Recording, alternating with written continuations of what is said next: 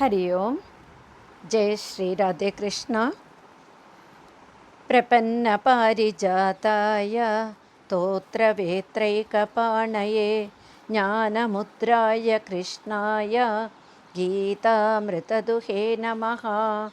Today we are seeing the summary of the second chapter of Bhagavad Gita.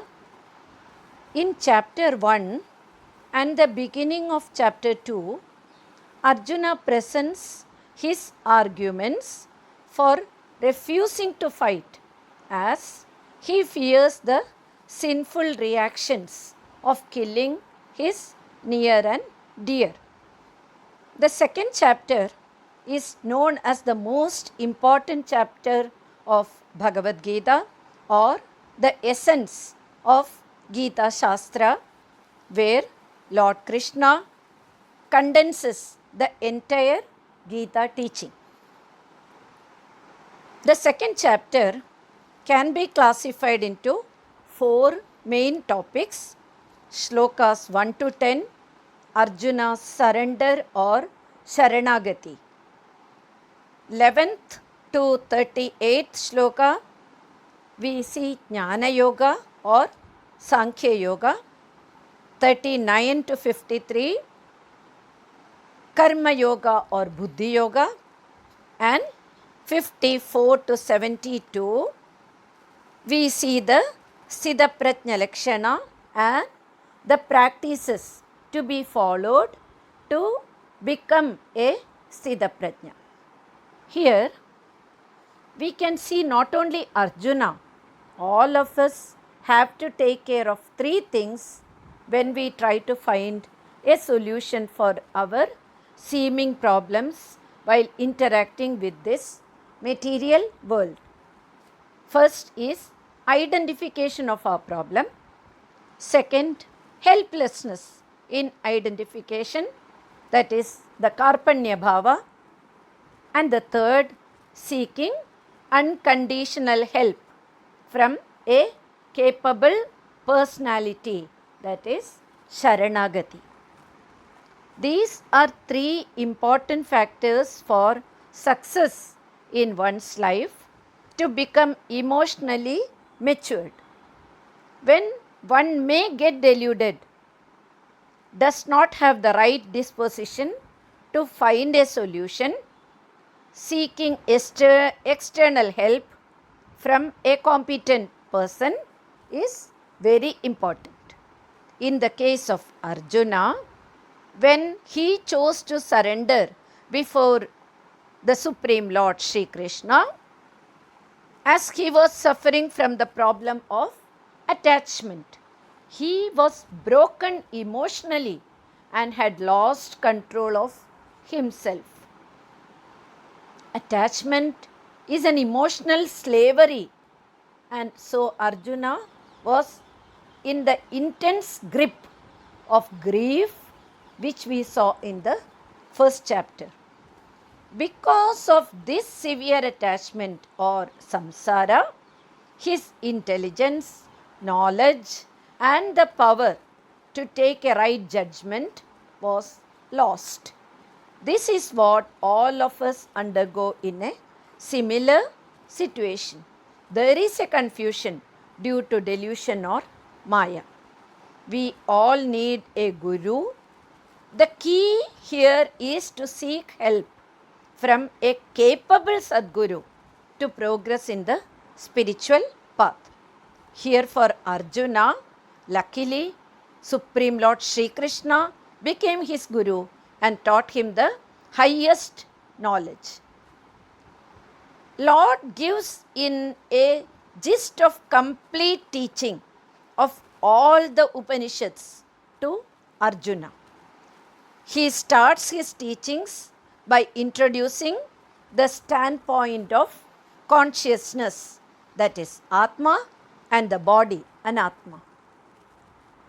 What is Jnana Yoga?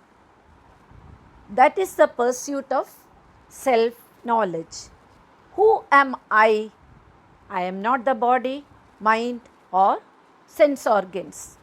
These are only the medium with which I or Atma functions. We learned that this Atma is Nitya, everlasting, Satya, truth, Akarta, non-doer, Abhokta, non-enjoyer, Sarvagataha, all-pervading, Nirvikara, does not undergo any change, Aprameya, not an object that is perceived by sense organs. So, from the standpoint of Atma, no one kills or gets killed by anyone. Hence, the delusion of Arjuna, due to the sorrow born out of fear of losing the kith and kin and thereby doing a sin in this battle, is not legitimate. Now, from the standpoint of Anatma, no one can stop the body from dying, if not in the battle, but by the process of modification of the 6 factors we saw, it will go away. Because one day the body has to live, and this fact cannot be changed by anyone, hence no legitimacy in Arjuna's worry.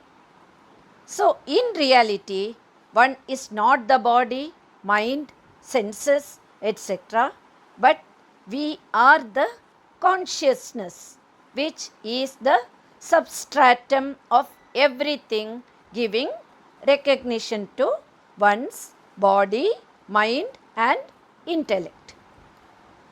This consciousness is an independent principle which is not limited by the boundaries of BMI, body, mind, and intellect, and continue to exist even after the BMI disintegrates.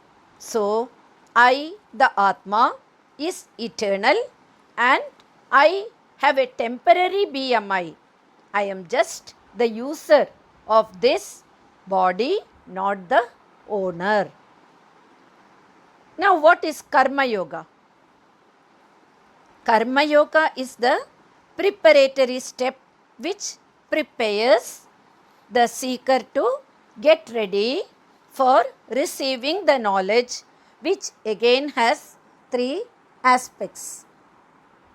First is choosing the right action of Swadharma.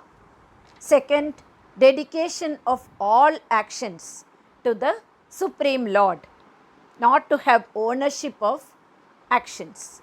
And the third, accepting the result of our actions as the prasad of the Lord. So, perform all actions that confirm dharma, remove the notions of doership and enjoyership, and offer all actions with Ishwararpana Buddhi and receive the results as gift, that is Prasada Buddhi. Now, who is Sthita Prajna? Lord talks about the attributes of Sthita Prajna and also advises the practices involved in becoming a Sthita Prajna. Through practice, when a Jnani has discovered he is the Atma, which is complete in itself and functioning through a medium called body, mind, and intellect, he can be equanimous with a steady mind. He can use the sense organs without becoming a slave of them. As he possesses a steady mind, he feels sameness with respect to heat or cold, success or failure, etc. That is all the dualities. He can discover fulfillment as he is the self, free from binding desires, free from attachment, free from fear, and free from anger. Of course, he performs his duties in life. He never becomes the slave of his mind or sense organs. He does Vedantic meditation and achieves self fulfillment. He never retires from his action but retires from the fruits of his actions. Sattvic intellect gives one the direction and guides to the path of liberation. Wise people will have a calm mind in prosperity as well as adversity. This samatvam is the benefit of being a sthita prajna.